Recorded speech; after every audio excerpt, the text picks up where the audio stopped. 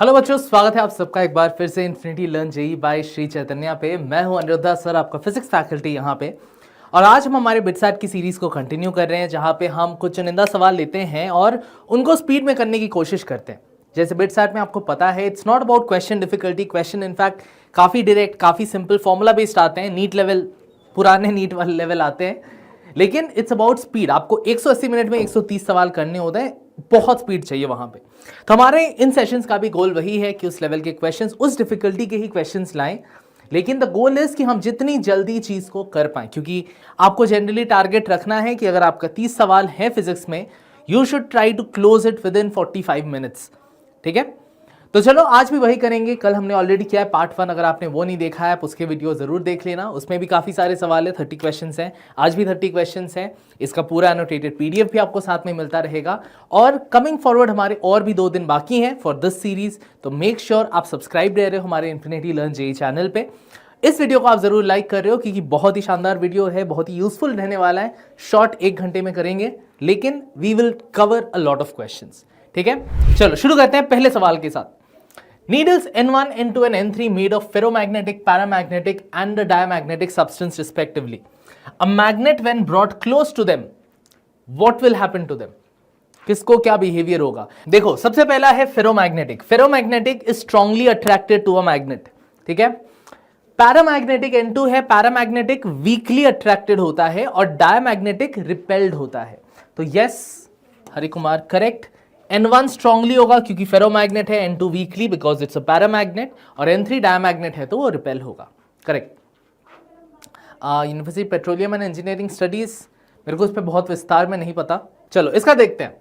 Amplitude of a particle executing SHM को मैंने double कर दिया। Which of the following quantities are doubled? Amplitude को डबल किया तो कौन सी क्वांटिटी इसमें डबल होते हैं? ऐसा नहीं कि कौन सी क्वांटिटी सिर्फ डिपेंड कर रहे हैं, कौन से क्वांटिटी एग्जैक्टली डबल होते हैं। इन क्वांटिटीज में आप टाइम पीरियड में ऑब्वियसली एम्पलीट्यूड का कोई रोल नहीं है। ठीक है, SHM में टाइम पीरियड में एम्पलीट्यूड का रोल नहीं है। मैक्सिमम वेलोसिटी का फॉर्मूला होता है A times of omega. Maximum acceleration time period का भी मैं लिख देता हूं। टाइम पीरियड का होता है 2 पाई रूट ओवर ऑफ, आप लोग m/k या जो भी है m/k करते हैं।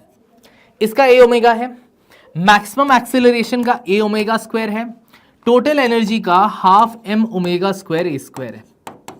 अब अगर आप एम्पलीट्यूड डबल कर रहे हो और आपको इफेक्ट भी डबल ही चाहिए, तो that means that quantity should be directly proportional to A। वो सिर्फ दिस एंड दिस में ही मैच करेगा। इसमें भी A है but it goes as A square, तो आप एम्पलीट्यूड डबल करते तो ये 4 गुना हो जाता। तो it's just 2 and 3। Yes correct Hari Kumar, it's option A। Next question. Particle having SHM located at different positions, The phase difference between the positions marked by A के comparison में बाकी सब, कौन सा ऑप्शन यहां पे करेक्ट है? एक चीज मैं बता दूं, ये y इक्वल टू 0 है, ये C वाला y इक्वल टू 0 पे नहीं है, थोड़ा टू द राइट है, ये ध्यान में रखना। ये वाला एकदम एज पे है, ये सेंटर से थोड़ा राइट में है, ये इस साइड के एज में है, ये बीचों बीच यहां पे। यस करेक्ट, ऑप्शन A क्यों होगा? क्योंकि अब देखो ये पार्टिकल जा रहा है, तो ये पार्टिकल का ही मोशन अगर देखोगे, π/2 फेज के बाद यहां एक और π/2, मतलब पाई फेस के बाद यहां, फिर इधर 3π/2, इधर 2π, तो ये वाला ही एग्जैक्टली π/2 बाद है। अगर C वाला पॉइंट एकदम मिडिल पॉइंट पे होता तब ऑप्शन B भी करेक्ट हो गया होता, C इज एट π। बाकी सबका तो ग्रेटर देन 2π का ऑप्शन ही नहीं है, क्योंकि 2π हो रहा है वहां वापस यहां आने पे, तो ना तो D ग्रेटर देन 2π है, ना ही E ग्रेटर देन 2π है। तो yes correct Hari Kumar, it's option A। अगला वाला, चलो शुरू करें सॉल्व करना। V is equal to omega root over A square minus x square, ये होता है फॉर्मूला। स्पीड दिया हुआ है, it is half of the maximum speed. Maximum speed होता है A ओमेगा, तो वो स्पीड है A omega over 2, that's omega A square minus x square. Omegas को हटाओ, स्क्वायर करो बोथ साइड्स, मिलता क्या है? A square by 4 is A square minus x square. वहां से मिलेगा x square is A square minus A square by 4 which is 3A square by 4। तो x के लिए इसके ऊपर रूट ओवर लगाओ तो it gives you root 3A by 2। अगले वाले पे चलते, यही मेरे को ऐसा ही स्पीड चाहिए। ये जो है ना, ये सारे L हैं, ठीक है, दिस इज ऑल L। ये जितने भी 1 दिख रहे हैं वो सारे L हैं। चलो इसको करते हैं सिंपल। मेरे को क्या पता है, elongation is equal to F into L divided by A into Y, elasticity का फॉर्मूला है। ठीक, तो मैं पूरा वैल्यूज भी नहीं बिठाऊंगा, मैं देखूंगा अगर मेरा लेंथ 2l हुआ तो ऊपर एक फैक्टर ऑफ 2 आएगा, फोर्स 2f हुआ ऊपर एक फैक्टर ऑफ 2 आएगा, तो ऊपर टोटल फैक्टर ऑफ 4 आया। नीचे रेडियस मैंने डबल कर दिया तो एरिया 4 टाइम्स हो जाएगा, तो ऊपर एक 4 नीचे एक 4 दोनों कट जाएंगे, L will remain as it is, it's option B. आप चाहो तो अगर आपको यहां पे थोड़ा डाउट लग रहा है आप पूरा बिठा बिठा के भी कर सकते हो, बट टू सेव टाइम आप चीज को मेंटली कर सकते हो। हरि कुमार डी नहीं होगा, बी होगा, चेक करो आप। ऊपर पे 4 का फैक्टर आएगा, एक फोर्स डबल और एक लेंथ डबल, और नीचे रेडियस डबल होने की वजह से उसका डबल का स्क्वायर होके 4 4 और 4 कट जाएगा। ठीक है, चलो या इसको माइंड में आप कर सकते हो।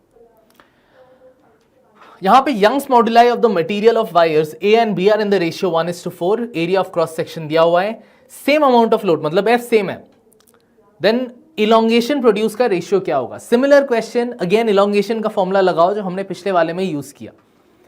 आप वैल्यूज बिठा के भी उसके बाद कर सकते हो या फिर मेंटली भी चेक कर सकते हो। द रीजन बहुत बच्चे सोचते हैं कि जेईई एडवांस्ड का फिजिक्स टफ लग रहा है, सर मैंने तो किया है, मैंने इतना मेहनत किया फिर भी टफ लगा, because they focus too much on the methods of solving a question, कि अच्छा इस टाइप का, क्योंकि मेंस में वो आदत डल जाती है कि इस टाइप का ये डेटा रहेगा तो ये मेथड है सॉल्व करने का, आप उस मेथड को अप्लाई करोगे, मेथड का आपको आंसर मिल जाएगा, तो they become very method based कि हाँ अच्छा ये वैल्यूज दिया रहता है। और आई सीन कोचिंग्स भी वही कराते हैं कि हर चीज का फॉर्मूला सिखाते हैं, हर चीज का, तो वो मेथड बेस्ड अप्रोच में चला जाता है।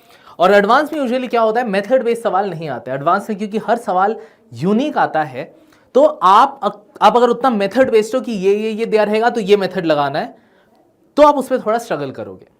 तो ऑब्वियसली वो मेथड सीखना इंपॉर्टेंट है, लेकिन मेथड से आप मेथड को रट्टा मारना मत सीखो, बल्कि सोचना सीखो। जो बच्चा सोचना सीखता है ना, मेथड भी देखता है, वो सवाल करता है मेथड क्यों काम कर रहा है, वो बस उस मेथड पे रिलाई नहीं करता है, वो देखता है अच्छा अगर ये नहीं दिया होता मैं तब कैसे करता। This is the ability to think. ज्यादातर बच्चे वो थिंकिंग एबिलिटी डेवलप करते ही नहीं है, वो बस ये करते हैं कि अच्छा ये मैंने 100 सवाल किए हैं, हर सवाल में मेरे को पता है ये डेटा रहता है तो ये मेथड, वो आप माइंड को लॉक कर दे रहे हो। जो बच्चा माइंड को खोल पाएगा ना, और जितना खुलेगा दिमाग आपका कि आप सोच रहे हो सवाल को लेके, तब जितने भी यूनिक प्रॉब्लम क्वेश्चन पेपर में क्यों ना दे दे, आप सोच के उसको फिगर आउट कर पाओगे। तो whenever you solve problems, don't just stick to अच्छा ये मेथड है तो मैंने ये चिपकाया। जब आप एडवांस कर रहे हो, सोचो उसको लेके कि मैं ये मेथड क्यों कर रहा हूं। ठीक है, मेथड समझ में आ गया, अगर इस सवाल में इसकी जगह ये वैल्यू ना दिया रहता तो मैं कैसे करता, इसके अलावा क्या कोई दूसरा ऑल्टरनेट मेथड है। बच्चे सोचते सॉल्व हो गया मेरा काम बन गया, नहीं। Advance preparation is not about solving questions, it's about learning to think. तो उसी सवाल में आप अगर 1 घंटा बिता के 5 अलग अलग रास्ते निकालोगे ना, दैट्स नॉट टाइम वेस्टेड, वहां पे आपने सोचना सीखा। आप इस स्ट्रेटेजी के साथ एडवांस की तैयारी करो, तुरंत फायदा नहीं मिलेगा आपको, लेकिन 6 महीने 7 महीने बाद आप देखोगे कि योर मेंटल एबिलिटी, इवन तब नई चीजें कितनी आसानी से आप सीख पाते हो as compare to anyone else जिसने मेथड बेस्ड किया है। ठीक है, समझ में आया? आ रहे अब? अच्छा, इसको देखते हैं, Young's modulus of a material, वही हमारा इलोंगेशन का ही सीन है, तो L = FL/AY। फोर्स सेम है, यंग्स मॉड्यूलस अलग है, एरिया ऑफ क्रॉस सेक्शन अलग है। तो यंग्स मॉड्यूलस का रेशियो हो गया 1:4 और एरिया का रेशियो हो गया 1:3। ये दोनों ही रेसिप्रोकल में है, तो 3 और 4 दोनों न्यूमरेटर में रहेगा, तो it would be 12:1। Yes, correct Hari Kumar. अगला वाला इस पे चलो। 8 drops of water are falling through air with a steady speed of 10 centimeters per second. Drops कोएलेस कर जाते हैं, मिलके एक बड़ा ड्रॉप बन जाता है, तब नया वेलोसिटी क्या होता है? स्टेडी वेलोसिटी मतलब यहां पे टर्मिनल वेलोसिटी की बात की जा रही है। टर्मिनल वेलोसिटी कैसे? रेडियस पे डिपेंड करता है, और जब कोएलेस होता है तब रेडियस कैसे चेंज होता है, वो 2 कॉन्सेप्ट लगाओगे आपका ये सवाल बन जाएगा। देखो, कोएलेस करने के बाद radius of the bigger drop is n⁻⁴ times the radius of the smaller drop. ये नोन है कभी भी कोएलेसिंग में कंजर्वेशन ऑफ वॉल्यूम से। n कितना है? n मेरे लिए 8 है, तो कैपिटल R इज 8⁻⁴ मतलब 2r। अब टर्मिनल वेलोसिटी में the only thing that will change here is it depends on r²। अगर r² पे डिपेंड करेगा, क्योंकि the radius is becoming 2 times, the terminal velocity will become 4 times, क्योंकि r² पे depend कर रहा है। Original was 10, 4 times of that. Yes, correct, it's option D. मैं देखो मेंटल मैथ से कर रहा हूं बच्चों, मैं अभी बैठ के आपको formulas I am not going into full calculation, क्योंकि मैं एक्सपेक्ट कर रहा हूं कि आपने मेंस किया है, आपको बेसिक फॉर्मुलास पता होंगे. Hollow glass topper, relative density 2.5, just sinks in water. Just sinks in water मतलब उसका जो एवरेज डेंसिटी है, इस हॉलो ग्लास टॉपर का जो एवरेज, देखो मटेरियल का डेंसिटी 2.5 है, वो डूब जाना चाहिए, लेकिन क्योंकि हॉलो है तो द एवरेज डेंसिटी जो उसका है that is equal to the density of water, तभी इट जस्ट सिंक्स. तो आप वही टेस्ट कर रहे हो. IIT Guwahati chemical, BITS Pilani EC, I say BITS Pilani EC. अगर फाइनेंशियल इश्यूज नहीं है, नहीं तो IIT Guwahati chemical is also very close. अगर दोनों में कंपेयर बोलो तब मैं बिट्स पिलानी ईसी को थोड़ा ऊपर दूंगा, but they are very close. अगर आपको बिट्स में comparatively it's more expensive course, और उस पर आपको इश्यू है, आप IIT गुवाहाटी केमिकल जा सकते हो. इट्स गुड कोर्स, वहाँ पे अच्छा है, अच्छे पैकेजेस मिलेंगे. इवन बाद में फ्यूचर में आप बहुत सारे इंडस्ट्रीज में चले जा सकते हो. और IIT गुवाहाटी का कैंपस मतलब बहुत मस्त है, बहुत. IIT गुवाहाटी और IIT मंडी का, they have the best campus of all IITs. तो 4 साल तो एकदम मस्ती में बीतने वाला है. देखो, अज्यूम करो कि जो भी मटेरियल है उसका, जो भी ये स्टॉपर है, उसका टोटल वॉल्यूम इज V, और जो कैविटी का वॉल्यूम है दैट इज VC. तो ये जो 2.5 जो भी डेंसिटी है, the mass is V minus VC into 2.5. This is basically the mass. क्योंकि टोटल V वॉल्यूम में तो ये मास नहीं है, कैविटी वाला वॉल्यूम आप हटा के जो बचा है उसी में है. दैट डिवाइडेड बाय, ये mass divided by the full volume, this is the average density. और average density is equal to 1. तो क्या मिला मेरे को? 2.5 V minus 2.5 VC, that's equal to V. इधर किसका हो गया? तो 2.5 VC is equal to 1.5 V, 2.5 minus 1, ये V आप इधर लाओगे तो VC इज इक्वल टू, ये कितने पे? ये 3, ये 5 पे जाएगा. VC बाई V चाहिए था, that is equal to 3/5. Option B. D नहीं होगा. हरे कुमार देखो, यहीं पे आपका थोड़ा सा गलती हो गया. बताओ मेरे को, क्लियर है? अगले वाले पे चलते हैं. अगर आपको डाउट है हरे कुमार, आप बोलना, मैं पीछे आके ये वाला बता दूंगा. अगला सवाल यहां पे दिया हुआ है, gas undergoes a process in which pressure and volume are related by Vp to the power n is a constant, bulk modulus of the gas is what. ये काफी कॉमन क्वेश्चन है. बल्क मॉड्यूलस जानने के लिए मैं क्या करता हूं, जब भी ये पीवी इक्वेशन दिया रहता है ना, यू डिफरेंशिएट इट. जैसे मैं डिफरेंशिएट करता हूं, इस साइड डिफरेंशिएटिंग का कांस्टेंट इज इक्वल टू 0. तो मेरे को नहीं सोचना है, इसको क्या करूं, यूवी रूल लगाऊंगा मैं. यूवी रूल लगाऊंगा तो मेरा आएगा v to the power n dp plus p into n v to the power n minus 1 dv, that is equal to 0. UV rule लगाया हमने इस पे. ये वाला मेथड समझ आया कि नहीं, आप वो बताओ. आप वाला मेथड ट्राई कर सकते हो, दैट्स फाइन, बट ये शॉर्टेस्ट वाला है, वो समझ में आया कि नहीं, आप बताओ. अच्छा, यहां पे क्या हो रहा है मेरे को, अच्छा चीजों को थोड़ा सा मैं काट सकता हूं. dp is equal to np v to the power n minus 1 dv. ठीक है, इसको मैंने उधर किया. v to the power n minus 1, इसको काट के बस v छोड़ेगा, और मैं dv को नीचे लाऊं तो मैं इस साइड पे नेगेटिव को भी इधर लाऊं तो minus dp by dv by v, ये v तब नीचे चला गया, that is equal to n times of p. तो the answer is option A. Answer is option A, n times of p. ठीक है, चलो we go for the next one. Metal wire length L, area of cross section A, fixed at its ends by a rigid support at negligible tension. If this wire is cooled, then the tension in it will be what? Proportional to L, inversely proportional, independent of L, या ये सारे L है. ठीक है, या फिर independent of the area of cross section. यहां पे थर्मल स्ट्रेस की बात की गई है, आपको उसका लॉजिक लगाना है. थर्मल स्ट्रेस में क्या होता है, देखो आपका एक इलोंगेशन आता है FL by A Y because of the elasticity. ठीक है, F capital L by A Y.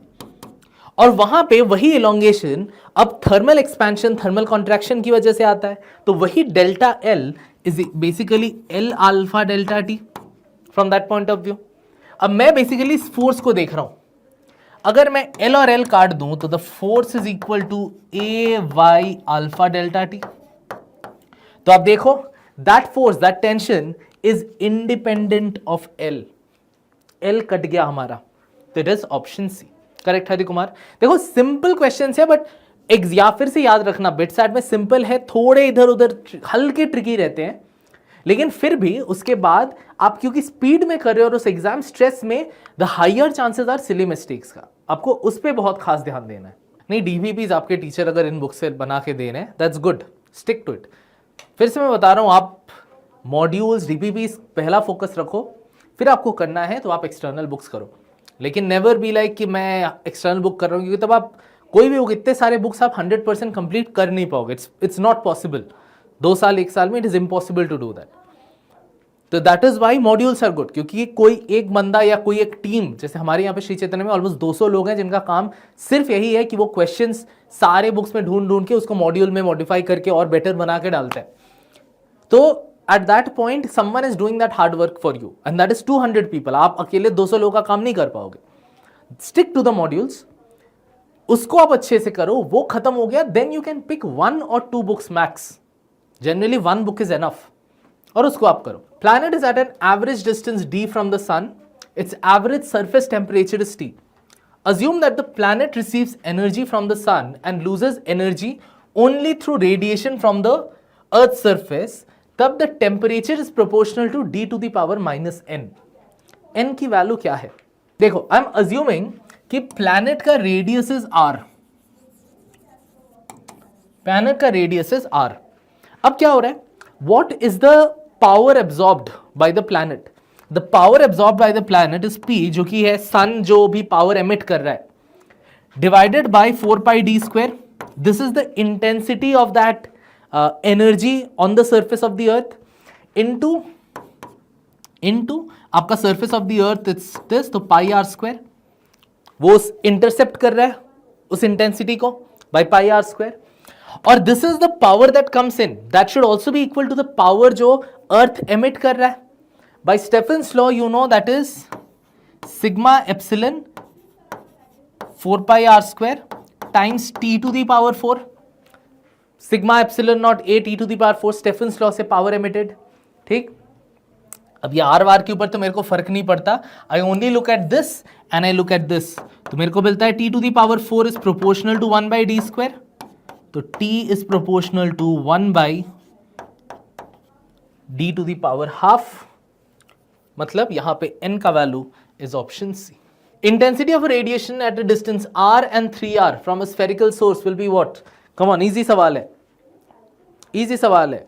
Option C, yes correct, it's option C, क्योंकि intensity is essentially power divided by 4 pi are square, तो it's inversely proportional to r square, तो वो 3 times हो गया, तो ये 1/9 हो जाएगा। Yes correct Karthik, it's option C. अगला वाला thermodynamic cycle X Y Z, इस मैं एरोज अच्छे से डिफाइन कर देता हूं, ये है एरोज के डायरेक्शन। यहां पे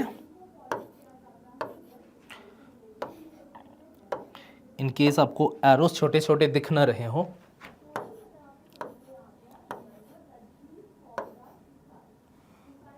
नहीं सॉरी,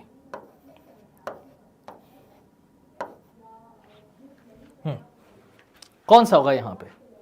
ये है Z Y X X Y Z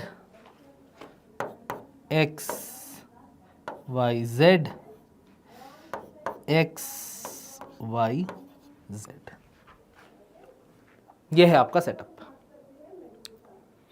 हर एक पार्ट ऑफ द प्रोसेस को आप आइडेंटिफाई करो, क्या वो आइसोबारिक, आइसोकोरिक, आइसोथर्मल क्या है, उसके बाद आप कंपेयर करो। जैसे X to Y is essentially isobaric, क्योंकि मेरे को पता है V वर्सेस T कर्व में अगर स्ट्रेट लाइन हुआ that's a isobaric process, pressure constant. फिर Y to Z is a isochoric process, क्योंकि वॉल्यूम कांस्टेंट है। और Z2X is a isothermal process क्योंकि टेम्परेचर कांस्टेंट है। तो इनमें से कौन से ग्राफ पे वो मैच करता है? आई थिंक ग्राफ ए पे मैच करता है, क्योंकि X2Y is isobaric, X2Y is isobaric pressure constant, Y2Z is isocoric, that's also there, and Z2X is an isothermal process. Isothermal आपको पता है, rectangular hyperbola type बनता है, तो it's option A. Yes, Hari Kumar, it's option A. Dikshit check करो, compare करके B नहीं हो पाएगा क्योंकि एक आइसोथर्मल है और एक PV डायग्राम में isothermal will form a curved line. अगला वाला, initial pressure and volume of an ideal gas are P0 and V0. Final pressure of the gas when the gas is suddenly compressed to V0 by 4 will be what in terms of gamma? ये जो है sudden, यहां पे जो बात है that suddenly compressed वाला बात है। सडनली कंप्रेस्ड मतलब कोई भी प्रोसेस इंस्टेंटेनियस क्विकली आप वॉल्यूम प्रेशर चेंज कर रहे हो, meaning it becomes N adiabatic process. तो ये एक एडियाबेटिक प्रोसेस हो रहा है। सो आपका PV to the power gamma है, मतलब P0 V0 to the power gamma is the new pressure, right? New pressure into V0 by 4 to the power gamma. ये V0 by gamma इसको काट देगा, so P is equal to 4 to the power gamma times of P0. Option C. Yes, correct. Venkatesh, Dixit, Hari Kumar, Kartik, yes, it's option C. नहीं आ रही, अब आप सारे books को पूरा कभी कंप्लीट नहीं कर पाओगे, कोई नहीं कर सकता। वी एस टीचर्स ही कितने सालों बाद अभी भी, अगर मैं चारों बुक अभी सब बुक लगभग मैंने थोड़ा थोड़ा किया हुआ है, लेकिन अभी भी मेरे को कोई रैंडम बुक पढ़ा मैं भूल चुका हूँ। It's not possible to put all that and remember all that. मेरे को बस उसके कोर कॉन्सेप्ट स्ट्रॉन्ग है, that is all you want to build. It doesn't matter कि आपको हर सवाल करना है। Flux through this just the curved surface, curved surface के थ्रू ही होगा, टॉप और बॉटम फ्लैट सरफेस के थ्रू नहीं होगा। Okay, Hari Kumar has gone for option A. देखो आपको क्या चाहिए, आपको चाहिए चार्ज एनक्लोज। चार्ज एनक्लोज होगा बस इसके अंदर जो चार्ज है, बस उस सिलेंडर के अंदर जितना लेंथ सिलेंडर काट रहा है उसमें कितना चार्ज है, that divided by epsilon not. ठीक है, अब यहां पे दिया हुआ है द चार्जेस क्यू कूलम्ब। अब यहीं पे आप देखो झोल कहां पे किए, यहां पे क्यू कूलम्ब पर सेंटीमीटर है और आपको जो सिलेंडर का लेंथ दिया हुआ है वो 1 मीटर है। तो 1 सेंटीमीटर में क्यू कूलम है, तो 1 मीटर में 100 क्यू होगा। तो इट इज ऑप्शन बी। इन छोटी छोटी चीजों पे ध्यान दो, it's not option A. Hari Kumar, Dikshit, is it clear? ये पर सेंटीमीटर था, ये मीटर पे है, तो आपको उस चीज को ध्यान में रखना है। ये रेडियस किसी काम का नहीं है, बट दैट मैटर्स। चलो अगले वाले पे चलते हैं। Particle of mass m charge q placed at rest in a uniform electric field E and then released. Kinetic energy attained by the particle after moving a distance y is how much? Simple सवाल है ये, एकदम simple है। Yes, Hari Kumar has gone for option C. Yes, it is option C. कैसे कर रहे हैं आप? कुछ बच्चे क्या करेंगे, यहाँ पे चार्ज इंटू इलेक्ट्रिक फील्ड लगाएंगे, उससे फोर्स निकालेंगे, डिवाइडेड बाय मास करेंगे, उससे एक्सीलरेशन आएगा, एक्सीलरेशन से वेलोसिटी करेंगे, वेलोसिटी से निकालेंगे। कहाँ जाना उतना झंझट में? किनेटिक एनर्जी अटेन चाहिए। अब आपको पता है change in kinetic energy is equal to the work done, work energy theorem. Work done क्या है? The force is q into E, force into the displacement y, तो q into E into y. Yes, it's just option C. Direct आ गया आपका, mentally हो गया almost. Electric field acting vertically upwards, small body, mass 1 gram, charge -1 microcoulomb, is projected with a velocity of 10 meters per second at an angle of 45 degree with the horizontal. Its horizontal range is 2 meter, then the intensity of the electric field is going to be how much? Essentially electric field upwards है, charge आपका negative है, मतलब एक extra force नीचे की तरफ खींच रहा है वो, which is going to gravity है plus वो extra force है, तो आपका effective gravity change हो जाएगा यहाँ पे, और आप रेंज ऑफ अ प्रोजेक्टाइल के फॉर्मूला पे ही बढ़ोगे। फर्क कितना आएगा कि g की जगह पे आपका g इफेक्टिव आ जाएगा, तो आपका इफेक्टिव ग्रेविटी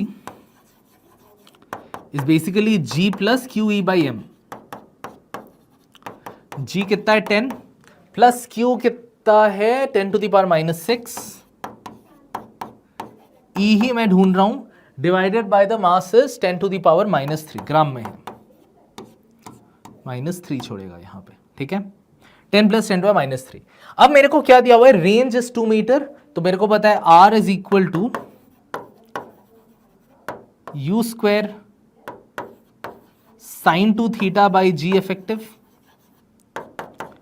रेंज क्या है, range is 2 metres, that is equal to U square is 100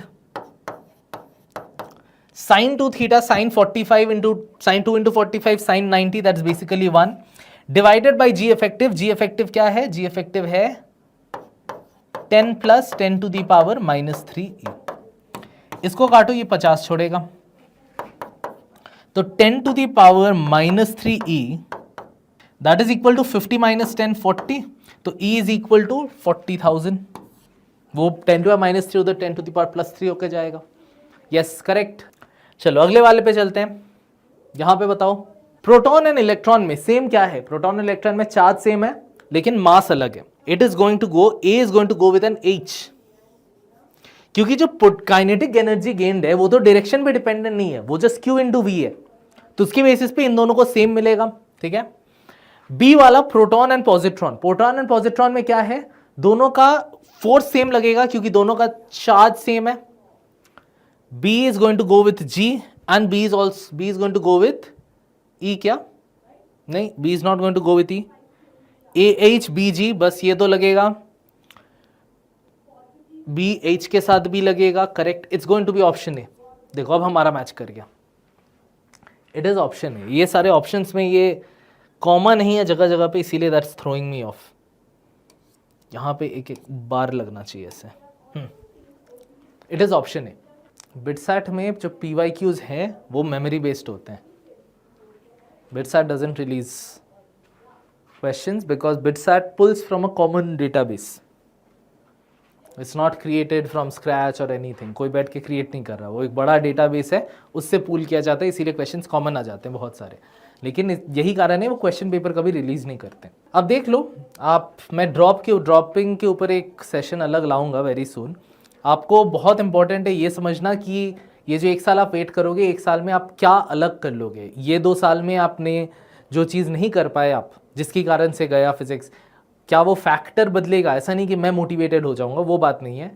कुछ एक्सटर्नल फैक्टर है। क्या आपको सही टीचर मिल गए?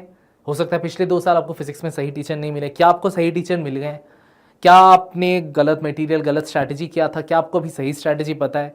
अगर ये सब बातें हाँ है कि हाँ सर मैंने वो जो भी एक्सटर्नल फैक्टर्स थे जिसकी वजह से मेरा फिजिक्स नहीं बना था वो अभी मैंने फिक्स कर लिया है, तब आप ड्रॉप लो। अगर है कि नहीं मैं ढूंढ लूंगा, मैं कर लूंगा, मैं मोटिवेटेड हूं, if that is the reason, don't take a drop. But I think आप अभी अपना पूरा फोकस डालो। इवन जोसा काउंसलिंग वगैरह आप जाओ, ऑब्वियसली सिट फॉर इट, देखो क्या मिलता है नहीं मिलता है। उसके बाद आप इस टाइम को स्पेंड करो हमारे यूट्यूब चैनल पे। ऑब्वियसली हम पूरा कंटेंट डालते रहेंगे, आप हमें फॉलो करते रहो। आप अगर किसी ऑफलाइन या हमारे ऑनलाइन कोचिंग में भी आप आ सकते हो, आप वहाँ पे जो भी है आप अपने कंफर्ट का एक टीचर ढूंढो जिससे आप समझ पा रहे हो, क्योंकि वहीं पे आई बिलीव थोड़ी सी गड़बड़ हो गई है, आपने स्ट्रैटेजिकली किया नहीं है फिजिक्स को, तो उसको आप सुधारो। तो I believe you can take a drop. Hari Kumar option B, Kartik is also gone for option B.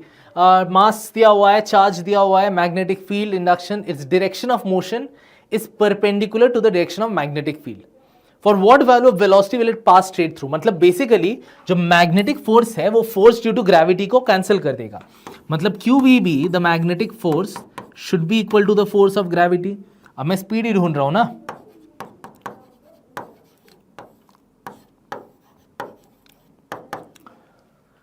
क्या है 10 to the power minus 3 times 10 divided by the charge is 10 to the power minus 5 into the magnetic field is 1। तो ये क्या दिया मेरे को, 10 to the power minus 2, 10 to the power plus 3। yes it's option B correct। Yuvraj, Kartik, Hari Kumar, resting health is a good book but you should not study it now. अभी उसको नहीं पढ़ना है आपको। इसके ऊपर एक ही फोर्स लग रहा है, मैग्नेटिक फोर्स का। आपको पता है क्योंकि magnetic force is I cap, यहां पे जो भी velocity is in the direction of magnetic force उस पे कोई भी हाथ नहीं लगेगा, उस that can not be changed. जो भी इंटरेक्शन होगा that will be with this, और वो J cap cross I cap मिलके के कैप डायरेक्शन में फोर्स देगा, राइट। तो K cap it's basically going to create a helical motion. अब हेलिकल मोशन में in the X direction, K direction में like in the Z axis there is a force, there is an acceleration. Even in the Y direction वो circular motion कर रहा है, वहां पे भी चेंज है। लेकिन जो एक्स डायरेक्शन पे है ये कांस्टेंट स्पीड के साथ मूव करता रहता है। ठीक, अगर कांस्टेंट स्पीड के साथ मूव करता रहा, कितने टाइम के लिए मूव कर रहा है? पाई बी नॉट अल्फा। अगर कांस्टेंट स्पीड से इतने टाइम के लिए मूव करे तो उसका x coordinate will be this. सिर्फ एक ही ऑप्शन में v इंटू टी वाला एक्स कोऑर्डिनेट है, दैट्स इट। आपको सब सॉल्व ही नहीं करना है। जनरली बिटसैट में जब ऑप्शंस दिए रहेंगे वो इसी टाइप के दिए रहेंगे कि आप अपना काम आसान कर पाओ। ऑप्शंस ही ऐसे हैं कि आप एक करो बस सॉर्टेड। तो प्लीज पूरा फैला के करने मत जाना। क्वेश्चन पढ़ा, एक बार ऑप्शंस पे भी नजर डाल लो, अक्सर वहीं पे आपको आंसर दिख जाएगा। अगला ये वाला सिंपल है काफी, decreasing order of potential energy. याद रखना, जितना कम पोटेंशियल एनर्जी उतना ज्यादा स्टेबल। सबसे स्टेबल आपको पता है तब होता है जब वो नॉर्मल वेक्टर जो मैग्नेटिक मोमेंट है वो मैग्नेटिक फील्ड से अलाइंड हो जाता है, वो सबसे स्टेबल है, मतलब उसका लीस्ट पोटेंशियल एनर्जी है। और जितना आप उल्टा घुमाते हो उतना पोटेंशियल एनर्जी बढ़ता है। तो सबसे ज्यादा पोटेंशियल एनर्जी तो 1 का है क्योंकि वो एकदम उल्टा किया हुआ है। और जितना मैं धीरे धीरे उसको टुवर्ड्स मैग्नेटिक फील्ड घुमाता हूं उतना पोटेंशियल एनर्जी डिक्रीज होता है। तो 1 के बाद आएगा 4 क्योंकि मैंने थोड़ा घुमाया है, ठीक है, अभी भी इट्स ऑब्ट्यूज। उसके बाद आएगा 2 क्योंकि अब 90 डिग्री है, और लास्ट में मैंने उसको काफी हद तक उसकी तरफ घुमा दिया। तो this has the least potential energy. तो 1423 इट्स ऑप्शन सी। चलो अगले वाले पे बढ़ते हैं। नहीं Yuvraj, it will move down almost at a constant speed, क्योंकि लेंज लॉ में ये वापस नहीं भेज सकता। The force can be strong enough to reverse it. वो बस उस मोशन को अपोज करता रहेगा throughout. It's a common experiment, अब यूट्यूब पे भी देखोगे आपको मिल जाएगा कि आप छोड़े वो धीरे धीरे, वो कभी उल्टा नहीं जाएगा क्योंकि वो जैसे जिस मोमेंट रुक जाता है ना, अगर उल्टा जाने के लिए एक मोमेंट रुकना पड़ेगा, जिस मोमेंट रुकता है उस मोमेंट वो मैग्नेटिक फोर्स भी चला जाता है, लेंज लॉ भी चला जाता है, फिर से वो नीचे ही स्पीड अप करना स्टार्ट कर देगा क्योंकि ग्रेविटी खींच रही है। तो हमेशा नीचे जाता रहता है, बट एक स्टेडी स्टेट का एक टर्मिनल वेलोसिटी टाइप ले लेता है। यस कार्तिक, ऑप्शन बी होगा। आप कैसे पहचानोगे ऑप्शन बी होगा कि नहीं? आप खुद देखो, आपका ईएमएफ क्या होता है? डी फाई डी टी होता है। अज्यूम करो फाई के अंदर मैं एक साइन फंक्शन रखा हूं, ठीक है, some sine omega T. Differentiate करेंगे तो वो कॉस ओमेगा टी बन जाएगा।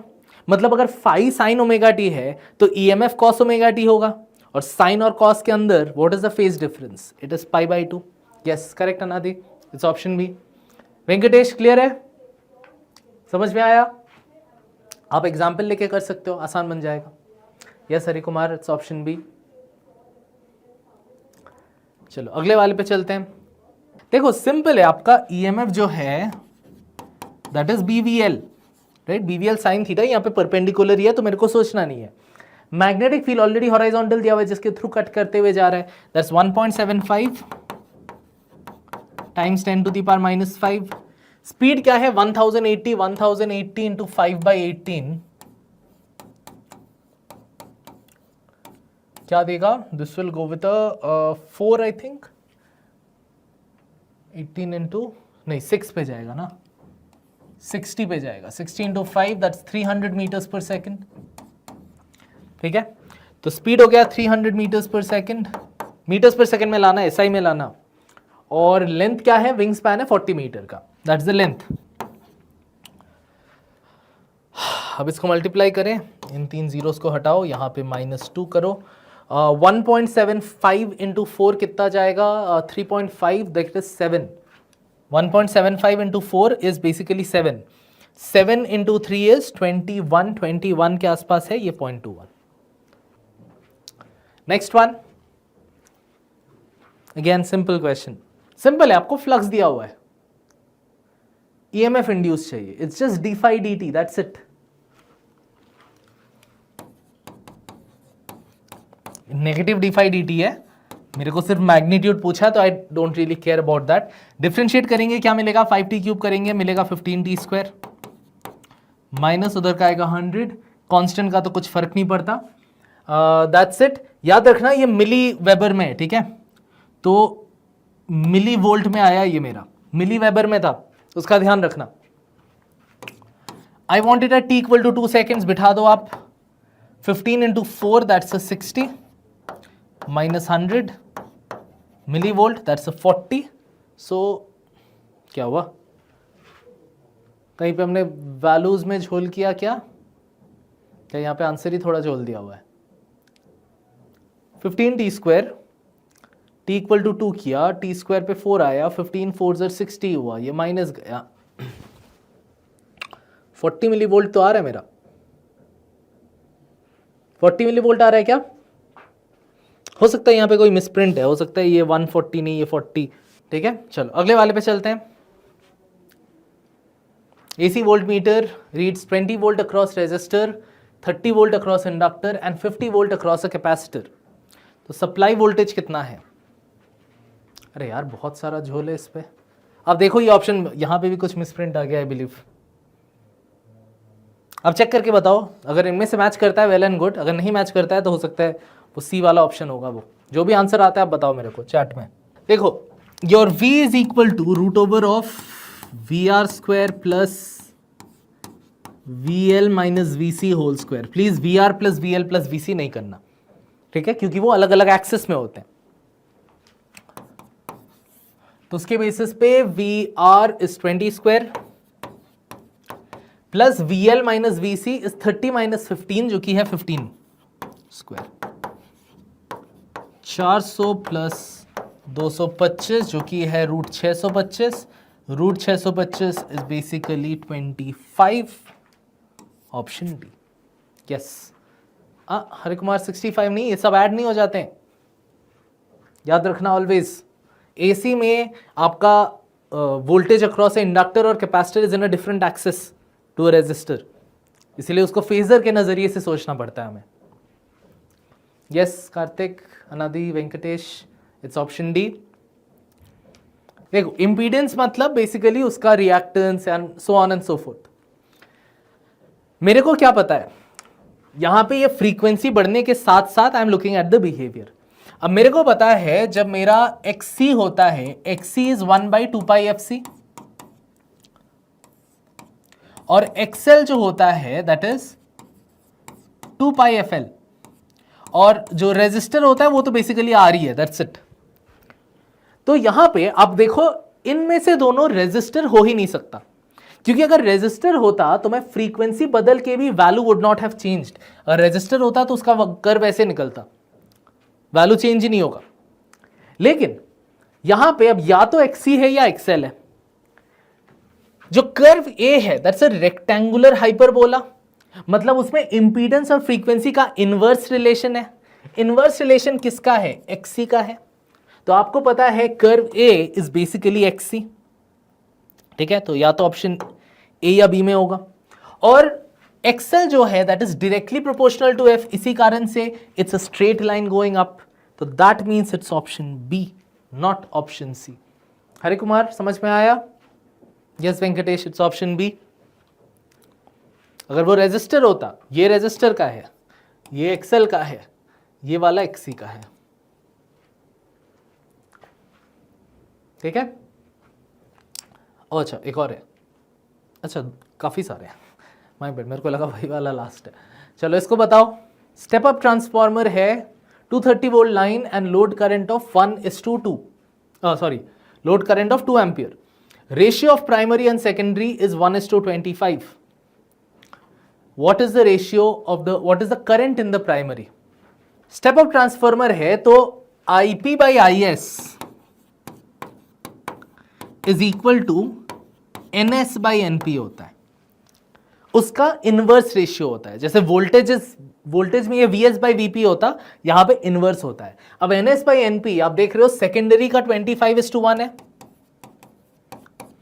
तो मेरा current in the primary IP is secondary का 2 एम्पियर, उधर क्रॉस मल्टीप्लाई करोगे, यस इट इज 50 एम्पियर। तो आई एम अज्यूमिंग इनमें से कोई एक 50 एम्पियर होता, ठीक है। ये वाला, इसको ओवरथिंक मत करो, वैल्यूज इंपॉर्टेंट नहीं है, याद रखना। ये जब भी आपको वैल्यूज पूछे जाएंगे ना, इलेक्ट्रोमैग्नेटिक वेवलेंथ, रेंज वगैरह, they don't expect you to remember values. Generally आप उसको ऑर्डर में सजा लोगे, आपको ऑर्डर जानना बहुत इंपॉर्टेंट है। आप ऑर्डर जानो और जानो 4000 से 7000 नैनोमीटर पे 4000 से 7000 आर्मस्ट्रांग में आपका विजिबल लाइट होता है, बस यही आपको जानना है। आप बस उसको ऑर्डर में सजाओ। एक्सरे सबसे छोटा होगा, उसके ऊपर होगा अल्ट्रावायलेट, ठीक है। तो मैं इनको पहले सजाता हूं इन देयर सीक्वेंस। ये वाला सबसे ज्यादा है, ठीक है, ये वाला सबसे ज्यादा है, राइट, हाँ ये वाला सबसे ज्यादा है, तो वो माइक्रोवेव होगा। ए के साथ 4 किसका मैच कर रहा है, 3 का मैच कर रहा है, तो उसमें मेरे को ज्यादा फायदा मिलेगा नहीं। अच्छा, फिर देखते हैं सबसे छोटा कौन सा है। सबसे छोटा है 1 नैनोमीटर टू 10⁻³ नैनोमीटर, ठीक है। सबसे छोटा वाला एक्सरे होगा, तो इट इज सी का 2, ए का 4, सी का 2 किसमें हो रहा है, ऑप्शन 4। That's it. आज के लिए यहीं तक रखेंगे। Thank you all so much for tuning in for this session. Catch you all again in the next one.